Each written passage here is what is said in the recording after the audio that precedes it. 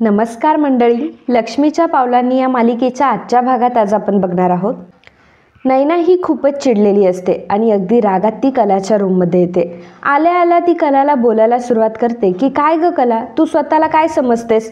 आणि आज अक्षरशः माझा पाठलाग करत करत तू सौरभच्या क्लिनिकपर्यंत आली होतीस आणि माझ्यावर डाऊट कशाला घेतेस ग तू?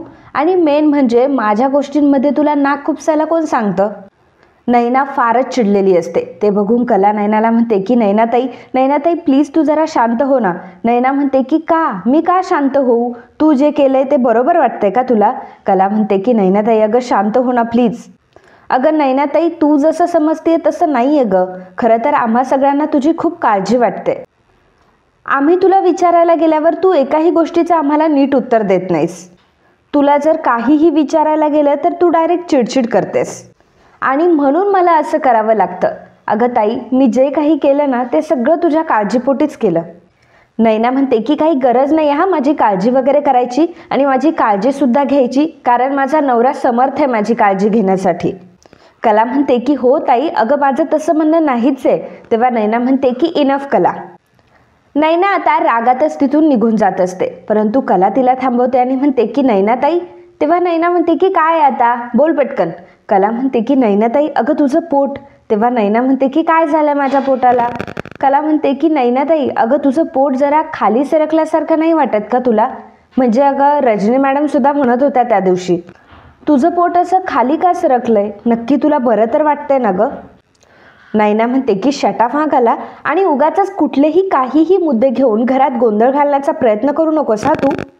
आणि माझी डिलिव्हरीची डेट आता जवळ आली आहे. आता अशा ह्या परिस्थितीमध्ये पोट हे खाली उतरणारच ना. स्टुपिड कुठली, असं म्हणून नैना आता रागारागात तिथून निघून जाते. काय मंडळी, अजूनही तुम्ही व्हिडिओला लाईक केलं नाही आहे? अहो मग वाट कसली बघताय? लगेच व्हिडिओला लाईक करा, कारण तुम्हालाही माहिती आहे की आमच्यासाठी तुमचं लाईक करणं किती महत्त्वाचं आहे. आणि मला हे माहिती आहे की आमच्यासाठी तुम्ही एवढं नक्कीच करू शकता. धन्यवाद. आता कला ही नैनाचाच विचार करत असते. नैनाचं काय होणार, नैनाताईला काही त्रास तर होत नसेल ना, या सगळ्या गोष्टींचा विचार तिच्या डोक्यात सुरू असतो. आणि त्याचवेळी अद्वैत तिथे येतो. आता अद्वैत कलाला एकदम शांत बसलेलं बघतो आणि खरं तर हा जगातलं 7वं आश्चर्यच म्हणावं लागेल की कला एवढी शांत बसलेली असते. म्हणून अद्वैत मुद्दाम शिट्टी वाजवत असतो, तरी सुद्धा कलाचं लक्ष नसतं. मग अद्वैत तिला आवाज देतो की खरे. मग कला विचारते की काय अद्वैत? तेव्हा अद्वैत म्हणतो की अगं खरे, कशाला एवढा विचार करतेस माझा? नको एवढा विचार करूस. कला म्हणते की काय रे, कोण समजतोस तू स्वतःला? म्हणजे जग सगळं तुझाच विचार करत बसेल आणि मला काही वेळ लागले का तुझा विचार करायला? मी अजिबातही तुझा विचार करत नव्हते. तेव्हा अद्वैत म्हणतो की शक्य आहे का हे? तू नक्कीच माझा विचार करत होतीस. कला म्हणते की नाही, मला काय कुत्रं चावले का मी तुझा विचार करायला लागेल? अद्वैत म्हणतो की नक्की तू माझा विचार करत नव्हतीस ना? कला म्हणते की हो नक्की. अद्वैत म्हणतो की नाही, म्हणजे कसं की जग माझा विचार करतच असतं आणि तू सुद्धा त्या जगातली एक व्यक्ती आहे, त्यामुळे तू माझा विचार करणं स्वाभाविकच आहे. एनिवेज, मी माझा ग्रेटनेस किंवा मी माझा मोठेपणा अशा लोकांपुढे अजिबात प्रूव्ह करत नाही. एनिवेज, जाऊ दे आता, तू उठ आता आणि दुसरीकडे कुठेतरी जाऊन बस. कला म्हणते की का? अद्वैत म्हणतो की का म्हणजे? अगं तू माझ्या एरियामध्ये बसली आहेस. कला म्हणते की हे बघ, माझं काम झालं की मी नंतर उठेल. अद्वैत म्हणतो की पहिल्यांदा उठायचं, हातातले कामं बाजूला टाकायचे, पहिल्यांदा उठायचं आणि तिकडे जाऊन बसायचं. कला म्हणते की नाही उठणार. अद्वैत पुन्हा तिला म्हणतो की उठ, शेवटचं सांगतो उठ म्हणून. कला म्हणते की नाही उठणार.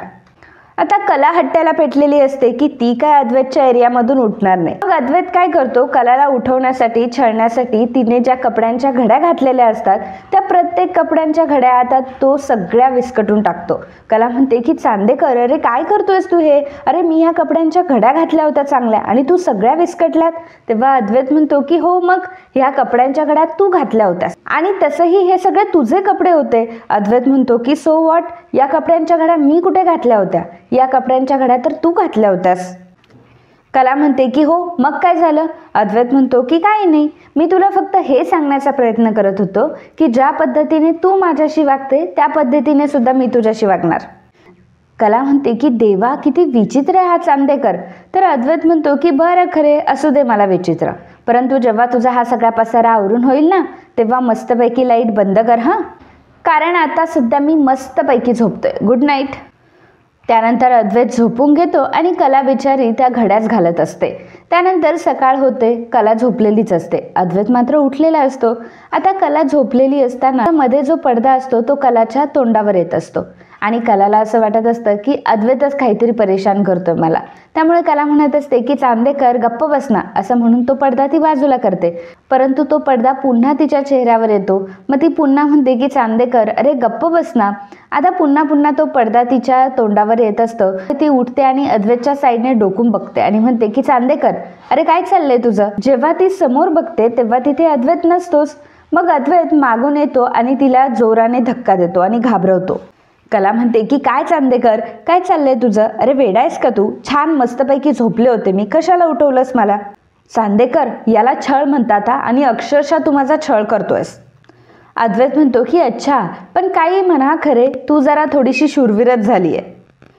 अद्वैत म्हणतो की नाही, जेव्हा मी तुला भॉ केलं होतं तेव्हा मात्र किती घाबरली होतीस ग तू. तर तेव्हा मात्र तुझं तत पप झालं होतं. तर कला म्हणते की गप्प बस, तुला तत पप पण म्हणता येत नाही नीट. त्यामुळे आता उगाच अति करू नकोस. अद्वैत म्हणतो की गप्प बस, मी तुला व्यवस्थित बघितलं होतं की तू मला घाबरली होतीस. ॲक्च्युली त्यावेळेचा फोटो असा कॅप्चर करून ना मी रूममध्ये फ्रेम करून लावायला हवा होता.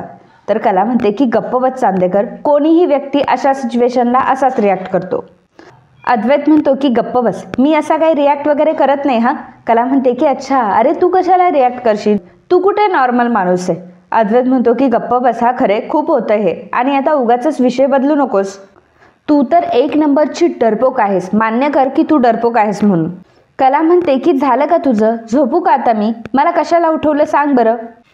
अद्वैत म्हणतो की अगं तूच तर मला म्हणालीस ना की कॉलेजमधला अद्वैत चांदेकर कुठे कुठे जात होता, मला तिथे घेऊन चल म्हणून. कलाला आनंद होतो. कला लगेच बेडच्या खाली उतरते आणि म्हणते की अय्या खरंच. तेव्हा अद्वैत म्हणतो की अय्या बय्या करायची काही गरज नाहीये. हे बघ तसाही माझ्याकडे खूप वेळ कमी आहे, त्यामुळे लवकर मला ऑफिसमध्ये जायचे, चल लवकर. अद्वैत कलाशी बोलत असतानाच कला साडी नेसून रेडी सुद्धा झालेली असते आणि लगेच अद्वैतकडे आलेली असते. अद्वैत म्हणतो की बापरे झाली पण तू रेडी. कला म्हणते की हो झाले. अद्वैत म्हणतो की अरे वा, असेच रोज रेडी होत जा म्हणजे बरं होईल. कला आणि अद्वैत दोघंही आता निघालेले असतात. अद्वैत म्हणतो की अगं चल पटकन. कला म्हणते की हा थांब चांदेकर, येते मी. अरे पण आपण जातोय कुठे. अद्वैत म्हणतो की जाऊयात ना, माझ्यावर विश्वास आहे ना, जाऊयात बरोबर. कला म्हणते की ठीक आहे चालेल. मग अद्वैत कलाला म्हणतो की चल. आता कला जायला लागते कारकडे. अद्वैत म्हणतो की अगं तिकडे कुठे निघालीस. कला म्हणते की अरे कारकडे चालली आहे. तर अद्वैत म्हणतो की कारकडे कशाला जातीये, आज आपण कारने नाही जाणार, आज आपण बाईकने जाणार आहोत. अद्वैत लगेच त्याची बाईक घेतो आणि कला लगेच ती बाईक बघून खूप खुश होते आणि मनात विचार करत असते की नाही, आज मात्र मला वेगळाच चांदेकर बघायला मिळणार आहे. कला फार खुश झालेली असते. मग अद्वैत गाडी घेऊन आल्यावर कला लगेच गाडीवर बसते. गणपती बाप्पा मोरया दोघांचाही आता बुलेटवरचा प्रवास सुरू होतो. कला आणि अद्वैत दोघंही आता बुलेटवर मस्तपैकी चाललेले असतात. कला तिचे केस बांधत असते तेव्हा कलाचा पदर आहे तो वाऱ्यावर उडत असतो. ते बघून अद्वैत म्हणतो की खरे पदर. कला म्हणते की काय झालं माझ्या पदराला. अद्वैत म्हणतो की अगं तो पदर नीट पकड, नाहीतर येणाऱ्या जाणाऱ्या गाड्यांवर उडेल. कला म्हणते की गप्प बस चांदेकर, मला एवढं कळतं. अद्वैत म्हणतो की तेवढं तुला कळतं तर मग बांध ना व्यवस्थित तो पदर. आणि तसंही आता पदर उडवायला काही शूटिंग वगैरे सुरू आहे का इथे, आणि मला पकडून पाडायचा वगैरे प्लॅन आहे की काय तुझा. कला म्हणते की गप्प बस, आपण एक तरी गोष्ट कधी व्यवस्थित करतो का. अद्वैत आता मुद्दाम खड्ड्यात गाडी घालत असतो तेव्हा कला पडायला लागते. कला म्हणते की बावळट चांदेकर, पडले असते ना मी आता. तेव्हा अद्वैत म्हणतो की गप्प बस, तूच बावळट आहेस. तू पहिल्यांदा हे मान्य कर की तुझा मला पाडायचा प्लॅन आहे ते. कला म्हणते की चल मी नाही म्हणणार. अद्वैत म्हणतो की म्हण हा. कला म्हणते की नाही म्हणणार मी. अद्वैत म्हणतो की ठीक आहे, मग बघ आता मी कशी गाडी चालवतो. असं म्हणून अद्वैत आता वाकडे तिकडे गाडी चालवत असतो. ते बघून आता कला घाबरते आणि म्हणते की ठीक आहे चांदेकर, हे बघ तसंही मी तुझ्या पोकळ धमक्यांना काही घाबरत नाही, परंतु आता तुझ्या मनाचं समाधान व्हावं म्हणून मी मान्य करतेय. अद्वैत म्हणतो की गुड, व्हेरी गुड. काय आहे ना, आपण जर बरोबर वागलो ना तर बरोबर ठिकाणी व्यवस्थित पोचतो आपण. अद्वैत आणि कला आता दोघंही एका ठिकाणावर आलेले असतात. गाडीच्या खाली उतरतात. कला अद्वैतला म्हणते की अरे अद्वैत, ही तर टपरी आहे. तेव्हा अद्वैत म्हणतो की मग मी कुठे म्हटलं की हे 5 स्टार हॉटेल आहे. कला म्हणते की नाही चांदेकर, म्हणजे तू कॉलेजमध्ये असताना टपरीवर येऊन चहा प्यायचास. अद्वैत म्हणतो की किती बोलणार आहेस आता, चल ना, नेतो ना तुला व्यवस्थित. कला म्हणते की अच्छा, म्हणजे तू पहिल्यांदा चहा प्यायचा आणि आता तू हे कॉफीचे नाटकं सुरू केलेत का. अद्वैत म्हणतो की काय ग, तुला कशाला नसत्या चौकशा करायच्या आहेत, नीट चल ना, घेऊन आलो ना तुला. आणि तसंही सगळ्या जगासाठी ह्या टपरीवर फक्त चहा मिळतो, परंतु माझ्यासाठी इथे स्पेशल कॉफी बनवून दिली जाते. अद्वैत आणि कला दोघंही आता टपरीवर चहा पिण्यासाठी जातात. तर तिथे जो चहावाला असतो त्याला अद्वैत म्हणतो की काय मग काका, ओळखलं का मला. तेव्हा काका म्हणतात की अरे तू चांदेकर ना. अद्वैत म्हणतो की अरे वा, इतक्या वर्षानंतर सुद्धा तुम्ही अगदी बरोबर ओळखलात मला. काका म्हणतात की हो, मग तुला कसा विसरेल मी, तू आणि तुझ्या ग्रुपचा तर हा अड्डाच होता की नाही. आणि खरंच किती वर्षानंतर तू आलायस आज. अद्वैत म्हणतो की काय आहे ना, आमच्या घरी ही कॉफी बनवते, नाही तशी बरी बनवते ही कॉफी, परंतु जगातली बेस्ट कॉफी कशी असते ना, हे तिला शिकवण्यासाठी मी इथं घेऊन आलोय तुमच्याकडे. काका विचारतात की अच्छा अच्छा, म्हणजे ही तुमची कारभारीण का. तर कला लगेच तिचं मंगळसूत्र दाखवायला सुरुवात करते. अद्वैत तिला हळूच म्हणत असतो की त्यांनी विचारलं ना तुला की तू माझी कारभारीण आहेस का, मग हो म्हणायचं असतं, असं मंगळसूत्र वगैरे काय दाखवतीयस. अद्वैत आणि कला दोघंही आता तिथे बसलेले असतात. मग काका विचारतात की काय देऊ मग तुम्हाला, चांदेकर स्पेशल कॉफी देऊ की चहा देऊ. कला की नाही नाही, आपली स्पेशल कॉफीच करा. कला म्हणते की नाही नाही, माझ्यासाठी चहा करा आणि त्याच्यासाठी स्पेशल कॉफी करा. तेव्हा अद्वैत म्हणतो की भाऊ, हिचं नका ऐकू तुम्ही, मस्तपैकी स्पेशल कॉफीच करा 2. कला थोडीशी रुसून बसते. तेव्हा अद्वैत म्हणतो की आपण इथे कशासाठी आलोय मला सांग. तुला जगातली बेस्ट कॉफी इथे ट्राय करायला मिळेल, तुला कॉफीची टेस्ट घेता येईल आणि माझ्यासाठी बनवता येईल ना, म्हणून आलोय आपण इथे. कला म्हणते की हां, काही बोललं तरी तुला प्रॉब्लेमच असतो. मगाशी मंगळसूत्र काय दाखवलं तर लगेच मला बोलायला लागला. मग त्यांना कसं कळणार की आपलं लग्न झालंय म्हणून. अद्वैत म्हणतो की कळणार म्हणजे, त्यांनी तुला विचारलं ना, त्यांना कळलं ना की तू माझी कारभारीण आहेस म्हणून. मग तुला त्यांना मंगळसूत्र वगैरे दाखवून काय सिद्ध करायचं होतं, आणि तसंही त्यांना तुझ्या गळ्यात दिसतंय मंगळसूत्र. काका आता अद्वैत आणि कला या दोघांसाठीही स्पेशल कॉफी बनवतात आणि त्या दोघांनाही देतात. कॉफी खूपच छान झालेली असते, त्यामुळे कला म्हणते की खरंच खूप सुंदर कॉफी बनली आहे हा. तेव्हा अद्वैत म्हणतो की हां, मग माझी कॉफी आहे, माझी आवड आहे, माझी चॉईस कधीच चुकत नाही. अद्वैत कॉफी पिऊन बघतो तर कॉफी त्याने खूप दिवसांपासून पिलेली नसते आणि आज काकांच्या हातची कॉफी पिऊन त्याला खूप आनंद झालेला असतो. काकांना तो म्हणतो की भाऊ, एक नंबर झाली आहे कॉफी. आता कॉफी पिऊन झाल्यानंतर अद्वैत भाऊंचे पैसे देतो. अद्वैतने 500 रुपये त्यांना दिलेले असतात. तेव्हा काका म्हणतात की अहो, एवढे 500 रुपये कशाला देताय, फक्त 40च रुपये झाले. अद्वैत म्हणतो की हो, 40 रुपये कॉफीचे झाले, परंतु त्यामध्ये तुम्ही जे एक्स्ट्रा प्रेम टाकलं आणि आमच्या आधीच्या आठवणींना उजाळा दिला त्याचे हे पैसे. असं म्हणत अद्वैत आता काकांच्या पाया पडतो. त्यावर काका म्हणतात की ठीक आहे, आता पाया पड, परंतु जोडीने पड हां.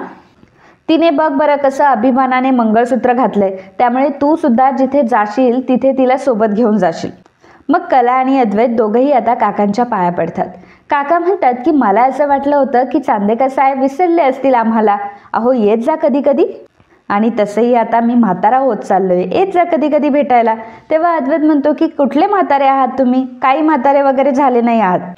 काका म्हणतात की बरं बाबा, नाही झालोय मी म्हातारा, मी कितीही जरी म्हातारा झालो ना तरी सुद्धा तुझी पोरं माझ्याच इथे कॉफी प्यायला येतील. अद्वैत आणि कला दोघंही एकमेकांकडे बघू लागतात आणि मग तिथून निघतात. अद्वैत कलाला सांगत असतो की खरे तुला माहिती आहे, मला जेव्हा परीक्षेला जायचं असायचं किंवा कुठल्या महत्त्वाच्या कामासाठी जायचं असायचं ना, तर मी भाऊंच्या पाया पडून जायचं आणि मला ते एवढा चांगला आशीर्वाद द्यायचे की माझी सगळी कामं चांगली व्हायची. अद्वैत आता त्याच्या आधीच्या आठवणी सांगत असतो की कशा प्रकारे ते इथे यायचे आणि मग जे काही त्याला आठवत असतं त्या आठवणींमध्ये तो रमलेला असतो आणि एक एक गोष्ट कलाला सांगत असतो. कला मात्र अद्वैतकडेच बघत असते आणि मनात म्हणत असते की खरंच किती चांगला आहे हा चांदेकर.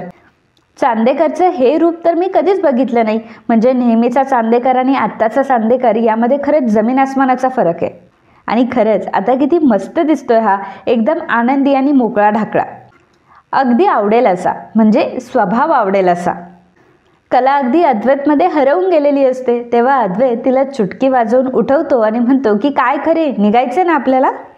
कला म्हणते की हो. मग अद्वैत पुन्हा त्याची बाईक काढतो आणि मग कला आणि अद्वैत दोघंही आता पुन्हा निघतात. तर इकडे नैना ही रूममध्ये विचार करत असते की नैना, तुला आता काहीतरी करावंच लागेल, कारण आता तुझे दिवस सुद्धा भरत आलेत, सगळ्यांना डाऊटही यायला लागलाय. आणि तसंही आता सगळ्यांचे डोळे बाळ कधी येणार याच्याकडेच लागलेत. सौरभला जर मी थोडेसे पैसे दिले असते तर यापुढे मी त्याची मदतही घेऊ शकले असते. पैसे कसे आणू? आणि तसेही आता सगळेजण ऑनलाईनच पेमेंट करतात, त्यामुळे माझ्याकडे पैसे कसे येणार? मग नैना विचार करते की अरे अरे अरे एक मिनिट, म्हणजे सगळेजण ऑनलाईन पेमेंट करतात हे बरोबर आहे, परंतु आबा कुठे ऑनलाईन पेमेंट करतात? ते तर कॅशच वापरतात ना. आता आबांच्या कपाटामध्ये मला भरपूर सारी कॅश व्यवस्थित मिळू शकते, फक्त मला तिथे थोडा हात मारावा लागेल एवढंच. गुड जॉब नैना. नैना एकदा घड्याळ बघते. मग नैना विचार करते की अच्छा, म्हणजे आता आबांची मंदिरात जाण्याची वेळ झाली आहे. एकदा की आबा मंदिरात गेले, घराच्या बाहेर पडले, तर मी माझं काम करायला मोकळी. मग नैना तिचं काम करण्यासाठी लगेचच बाहेर जाते. कला आणि अद्वैत आता दोघंही एका ठिकाणी येऊन पोचलेले असतात. गणेश मिसळ स्टॉल इथे येऊन ते दोघंही पोचलेले असतात. तेव्हा कला अद्वैतला म्हणते की अद्वैत, आपण इथे कुठे आलोय? तेव्हा अद्वैत म्हणतो की तू थांब एक मिनिट. मग आता अद्वैत आजूबाजूच्या दुकानदारांना विचारतो की हे दुकान बंद का आहे? हे मिसळचं स्टॉल बंद का आहे? तेव्हा तो माणूस सांगतो की अहो, हे दुकान आत्ता नाही तर गेली कित्येक वर्षापासून बंद आहे. अद्वैत म्हणतो की का बरं असं? तर तो माणूस सांगतो की ते आता मुंबईला शिफ्ट झालेत. अद्वैत म्हणतो की ठीक आहे. कला म्हणते की अरे चांदेकर, काय झालंय आणि आपण इथे का आलोयस? या मिसळीच्या स्टॉलवर काय काम आहे तुझं? अद्वैत म्हणतो की खरे, जेव्हा मी कॉलेजमध्ये जायचो ना, तेव्हा ह्या मिसळीच्या स्टॉलवर मी मिसळ खायला यायचो. हे ऐकून कलाला आता धक्काच बसतो. कला म्हणते की काय चांदेकर, तू आणि मिसळीच्या स्टॉलवर मिसळ खायचास तू?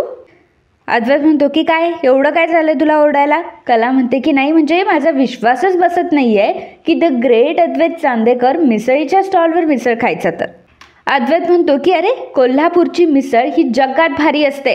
कला म्हणते की हो, ते मला चांगलं माहिती आहे, परंतु तू टपरीवर येऊन मिसळ खायचास? आणि काय रे चांदेकर, तुला मिसळ आवडतेस हे तू मला सांगितलं का नाहीस? अद्वैत म्हणतो की नाही, का मी तुला काय सांगायचं? कोण आहेस तू माझी? तू माझी मैत्रीण आहेस की गर्लफ्रेंड आहेस? कला म्हणते की नाही, यापैकी मी दोन्ही नाही, तर यावरची आहे तुझी बायको. आणि असं उद्धटासारखं का रे बोलतोस तू माझ्याशी? अद्वैत म्हणतो की कारण तू अति आगाऊ आहेस आणि अति आगाऊ लोकांशी असंच बोलायचं असतं. कला म्हणते की अच्छा, मग चल जाऊयात आपण आता. अद्वैत म्हणतो की नाही, आता आपण जायचं नाही, आता आलोच आहोत तर दुसरी मिसळीची टपरी शोधूयात. कला म्हणते की अरे, दुसरी मिसळीची टपरी कशाला? चल ना, आपल्याच टपरीवर जाऊयात. अद्वैत म्हणतो की कुठे? तर कला म्हणते की अरे, असं काय करतोयस अद्वैत? आपली मिसळ, खऱ्यांची मिसळ ही सगळ्या कोल्हापुरात फेमस आहे, आणि हे काय तुला माहीत नाही आहे का? तेव्हा अद्वैत म्हणतो की ते माहिती आहे मला, परंतु त्याचं काय इथे? चल.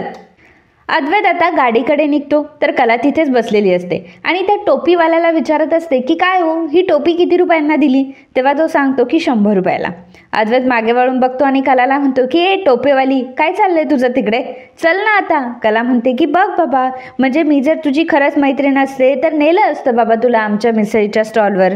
पण मग बघ बाबा, तुला जर यायचं असेल तर तू मान्य कर की मी तुझी मैत्रीण आहे, मग मी तुला हक्काने आमच्या मिसळीच्या स्टॉलवर नेईल.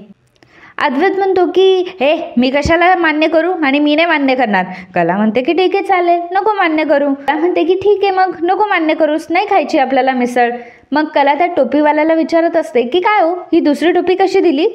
आता अद्वैतला खायची असते मिसळ, त्याला मिसळच्या क्रेविंग्स होत असतात, त्यामुळे कलाला तो म्हणतो की ते जरी तुझे वडील असले ना तरी सुद्धा मिस्टर खरे मला नीट ओळखतात, मला चांगलं ओळखतात, आमची खूप चांगली मैत्री आहे दोघांची, त्यामुळे मी तर त्या मिसळीच्या स्टॉलवर जाऊ शकतो. कला म्हणते की हो माहिती आहे मला, आणि माझे बाबा आहेत, ते सगळ्यात पहिल्यांदा ते माझे बाबा आहेत, त्यामुळे त्यावर हक्क पहिल्यांदा माझा आहे. अद्वैत म्हणतो की बघ, तुला जर आता माझ्यासोबत मिसळ खायला यायचं असेल तर चल माझ्यासोबत, मी चाललोय खऱ्यांकडे मिसळ खायला. मग कलाही आता त्याच्या मागोमाग जाते.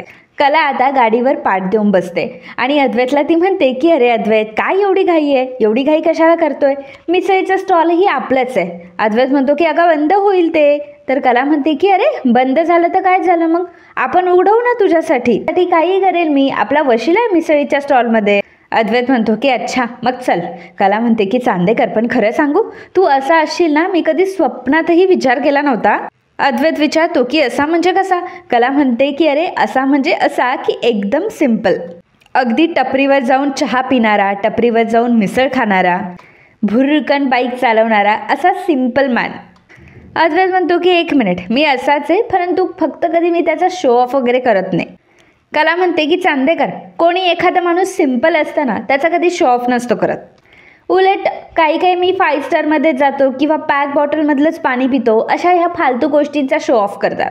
मला असं वाटलं होतं की तू तो आहेस म्हणून मी तुला बोलले. अद्वैत म्हणतो की बघितलं तुला किती चुकीचं वाटतं माझ्याबद्दल ते. कला म्हणते की नाही चांदेकर, माजोरडा तर तू पण आहेस, परंतु तू साधा पण आहेस हे मला आज कळलंय. अद्वैत म्हणतो की गप्प बस, आता जास्त बोलू नकोस. अद्वैत आता विचार करू लागतो. कला म्हणते की काय चांदेकर, काय झालं?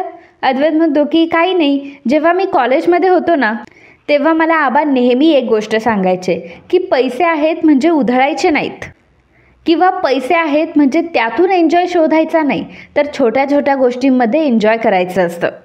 इनफॅक्ट मी जेव्हा कॉलेजमध्ये होतो ना, तेव्हा मला लिमिटेड पॉकेट मनी मिळायचा आणि तेवढ्याच पॉकेट मनीमध्ये मला महिन्याभराचा खर्च भागवायला लागायचा. कला म्हणते की चांदेकर, पण काळजी करू नको, आजही तू आबांची शिकवण नाही विसरलायस. आजही तू ती शिकवण व्यवस्थित पाळतोय आणि पैशांची तू कुठल्याही प्रकारे उधळपट्टी करतच नाहीस. अद्वैत म्हणतो की तसं ही एकदा शिकलेली गोष्ट मी कधीही विसरत नाही. कला म्हणते की चांदेकर, अरे मी काय करणार होते, आमच्याकडे तर पैसेच नव्हते ना उधळायला, त्यामुळे आम्हाला तर ही मुभाच नव्हती. पण खरंच कौतुकास्पद आहे हां. अद्वैत म्हणतो की हो मग मी आहेच आहे ना कौतुकास्पद, कौतुका मिश्रित. कौतुका. तेव्हा कला म्हणते की पुरे बस झालं आता. अद्वैत म्हणतो की नाही म्हणजे तू सुद्धा समाधानीच आहेस, फार काही डिमांड वगैरे नसतात तुझ्याकडे जरी पैसे असले तरी सुद्धा ते पैसे कसे सांभाळून वापरायचे हे तुला अगदी व्यवस्थित कळतं. कला म्हणते की चला बाबा, म्हणजे आपल्यात काहीतरी कॉमन आहे ही गोष्ट तरी तू कबूल करतोयस. अद्वैत म्हणतो की झालं, जरा बोललो की चढली झाडावर, लगेच झाडावर चढू नकोस. तसंही माझ्यामध्ये अनेक आणि खूप अशा चांगल्या गोष्टी आहेत, बाय द वे तुझ्यामध्ये कुठे आहेत त्या? कला म्हणते की चांदेकर, सगळ्यात महत्त्वाची गोष्ट जी माझ्यामध्ये आहे आणि तुझ्यामध्ये नाही आहे ती म्हणजे समजूतदारपणा. मी समजूतदार आहे, तू अजिबात समजूतदार नाही. अद्वैत म्हणतो की गप्प बस, अति आगाऊ लोकांसमोर मी माझा समजूतदारपणा असा वेस्ट नाही करत. कला म्हणते की हो कळलं, म्हणजे आपण समजूतदार नाही आहे हे कधी कबूलच करायचं नाही आहे आणि नेहमी दुसऱ्याला त्याबद्दल ब्लेम करत राहायचं. काय गं, एकदा जर चालू झाली तू तर तुझ्याकडं स्टॉपचं बटन नाही आहे का? चल आता बाजूला हो, मला गाडी साईडला करू दे. कला म्हणते की काय रे चांदेकर, तुला नक्की काय वाटतं की तू कधीच काही बोलत नाही, तू एकदम शांत माणूस आहे, सभ्य माणूस आहेस. अद्वैत म्हणतो की ऑफकोर्स मी साधा माणूस आहे, सभ्य माणूस आहे. तुला काय वाटतं हे मला नाही माहिती, आणि उगाचच आता जास्त बोलू नको, नाही तर बघ हा गाडीवरनं पाडेल तुला मी. कला म्हणते की हां मी काय एकटी पडणार आहे का? मग तुम्हाला पाडल्यावर मी जर पडायला लागले तर तुला घेऊन पडेल मी काय एकटी वगैरे पडणार नाही, आणि मी काय कोणाला घाबरतही नाही. अद्वैत म्हणतो की अच्छा घाबरत नाही का तू, चल बघूयात आपण. अद्वैत आणि कला दोघंही आता गाडी घेऊन निघालेले असतात. आता कलाने सांगितलेलं असतं की अद्वैत मी काय तुला घाबरत नाही आणि तुझ्या गाडीच्या स्पीडलाही घाबरत नाही, त्यामुळे अद्वैतने आता मुद्दामच जोरात गाडी काढलेली असते आणि मुद्दाम तो वाकडी तिकडी खड्ड्यातून गाडी घालत असतो, जेणेकरून कला घाबरेल, आणि कला घाबरतही असते म्हणून ती अद्वैतला घट्ट पकडून बसते.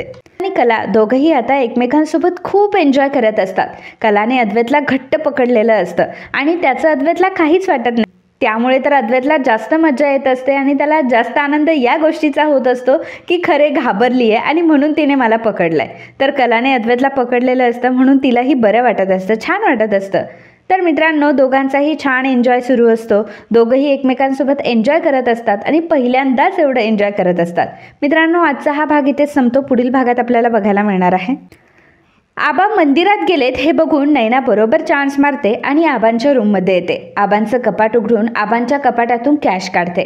नैना विचार करत असते की आता लवकरात लवकर हे सगळे पैसे मी सौरभला देईल, म्हणजे कसं की मला पुढची काहीतरी अरेंजमेंट करता येईल आणि सौरभ मला काहीतरी मदत करेल.